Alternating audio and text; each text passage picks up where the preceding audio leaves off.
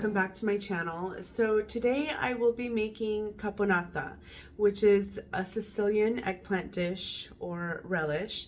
It is a sweet and sour type of condiment or meal side dish. It can be used in different ways, which I will tell you towards the end. I have some eggplant that I bought about a week ago and it really needs to get cooked. So I also have a lot of the other ingredients that are commonly used in caponata. So I will be making this. I'm not making a super huge batch, but if you do have a ton of eggplant, this is a really good way to use them.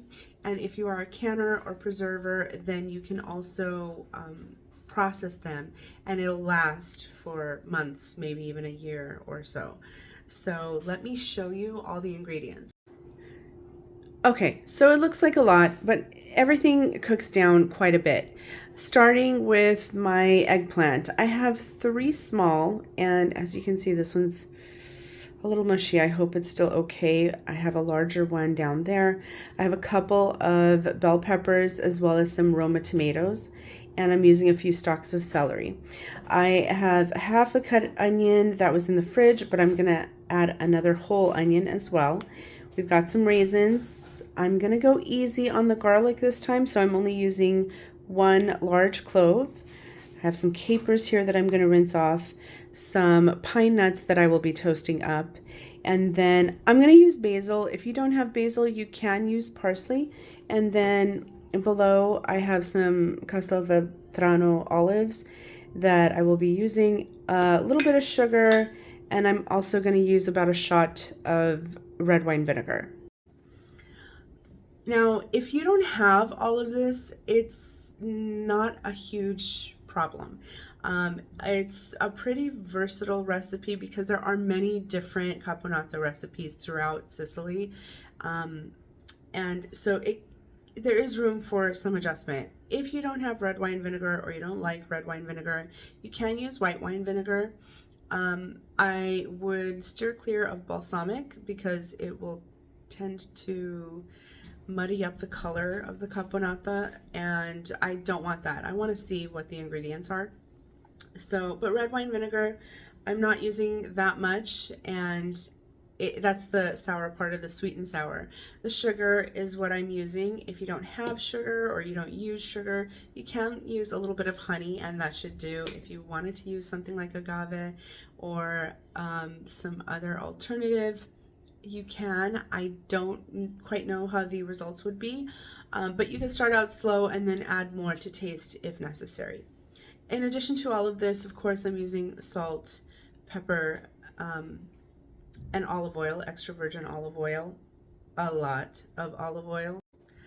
As far as the raisins go, I like to use golden raisins. Again, if you use the regular raisins, it's just gonna muddy up the color, and I want it to be a more vibrant rather than like a dark mush. So that is why I use it. The onion, I'm just using just a regular onion, but if you have like a red onion, you could use that. I like red onion though in raw preparations typically. The celery, I like having the celery in. I think it adds a nice flavor, and that's what I like to use. Tomatoes, okay, so some of these, as you can tell, you know, really need to get used. This one is super shriveled. So that is why I'm going to be using Roma tomato. However, I have also seen recipes where they either use tomato paste or tomato sauce, passata, what have you. You know, you can do that instead of tomato. I don't like it super red and saucy. I like it more as a relish. So I like the bits of tomato that end up cooking in the sauce. A lot of the work is the prep. A lot of chopping. So I'm actually going to start with my eggplant first. I'm going to chop it and I'm going to salt it and let it rest in a colander for about 20 minutes so all of the bitterness can be drawn out, and it does help with the flavor a bit, I believe. And I am using an apron today because I like this shirt and I don't want it to get splattered with olive oil. So to peel or not to peel the eggplant, You can peel it if you feel that the skins are too bitter. I like to leave some of it because it helps with the structure of the eggplant. It won't fall apart so easily. And when you are cutting it, you don't want to cut it too small. You do want it to be in bite-sized pieces. These will shrink when you cook them because it does have a lot of water. But I'm just going to do some strips as I'm trimming and cleaning, so I'll show you, but I am going to partially peel them.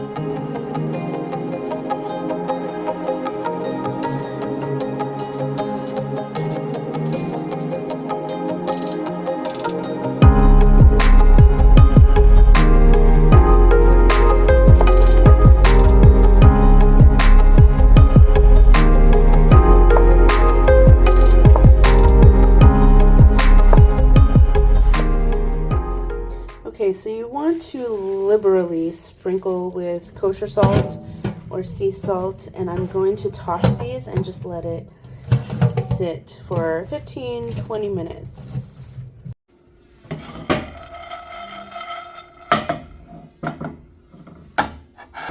And I've also toasted my pine nuts already, so now it's just a lot of chopping.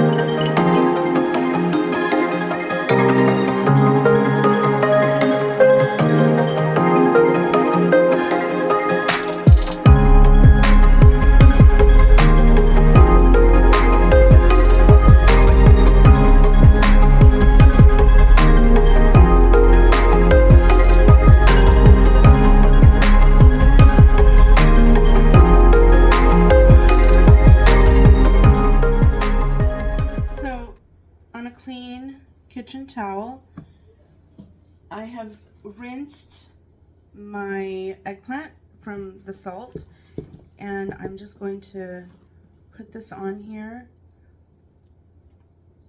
so that it could drain.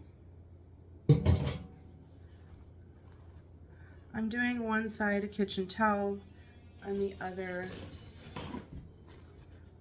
I will do a paper towel. If you wanted to squeeze it up in a kitchen towel, you can do that too. I'm just trying to press the water first so it's not so saturated.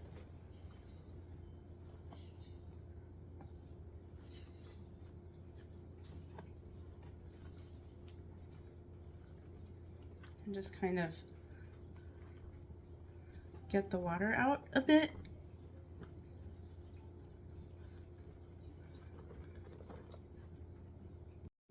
So first we're going to cook the eggplant and I'm doing that separately from everything else. It tends to absorb a lot of oil. It's just the nature of the vegetable. So I'm going to preheat my pan and then coat the bottom with some oil. I will be doing this in batches. This is my setup. I have my pan heating. I'm going to be putting olive oil in there, and then to the side I have a baking sheet lined with some paper towels. As the eggplant is cooking and they're done, I will transfer them to the paper towel to drain.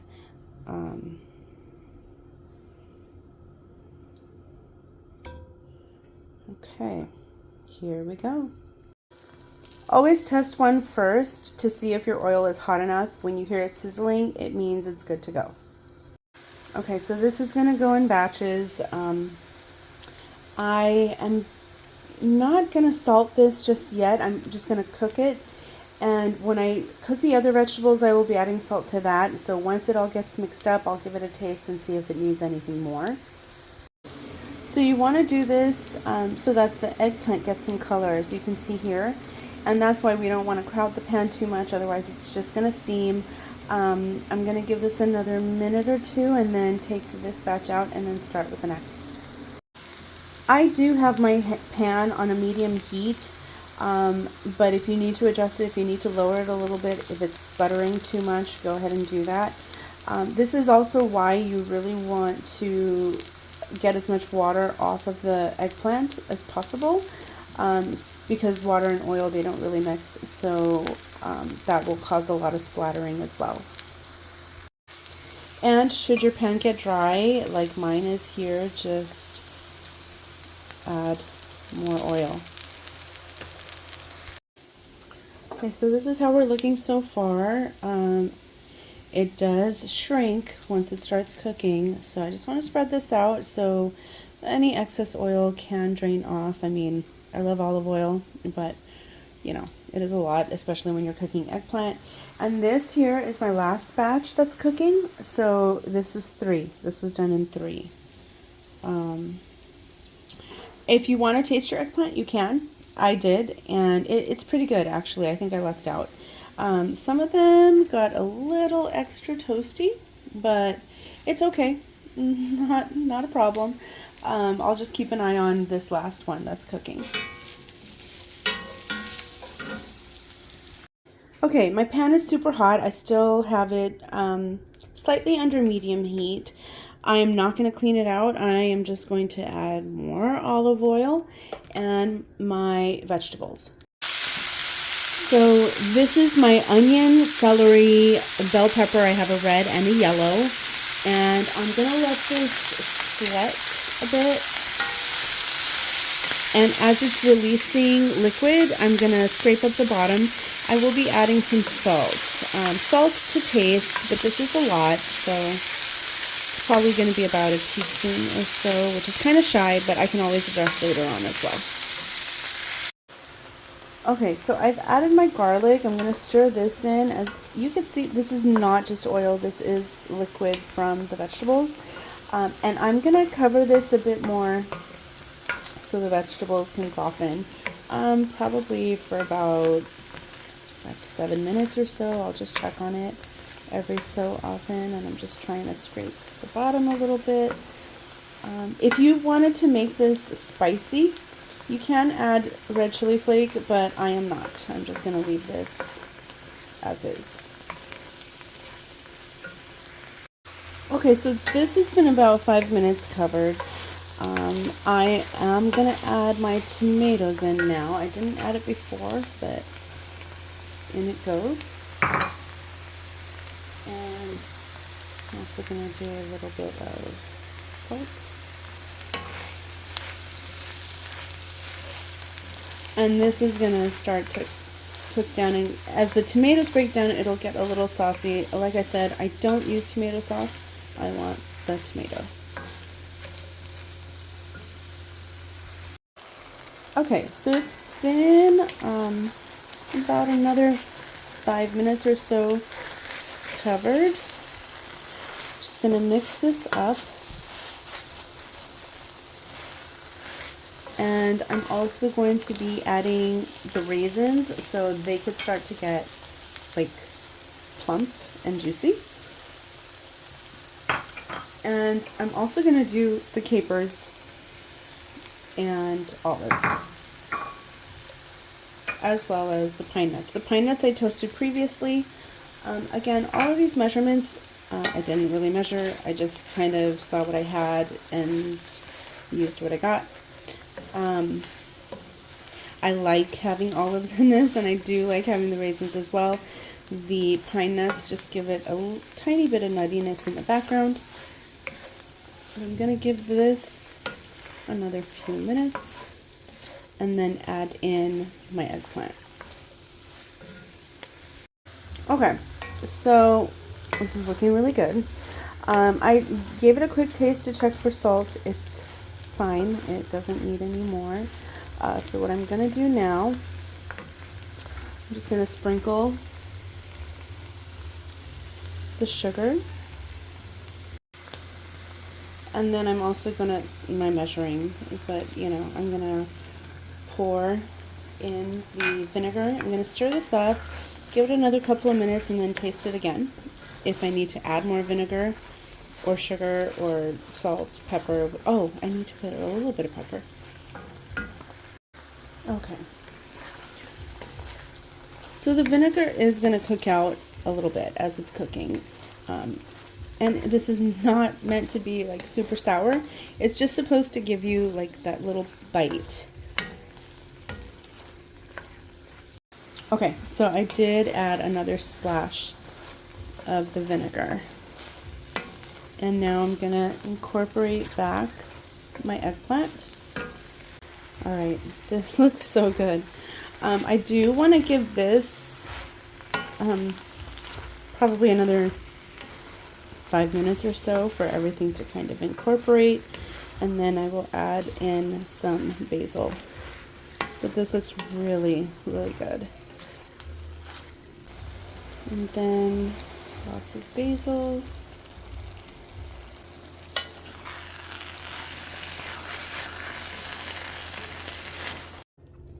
Okay, so I have added a little bit more basil because I really like having it in here.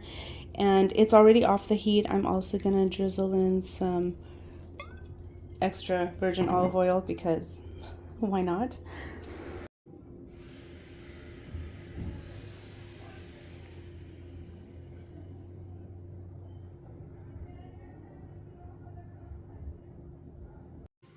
Okay, so it's done. It just needs to cool and come to room temperature. I did taste it, but I don't mind tasting it again. Not a problem. You know, it's kind of hot.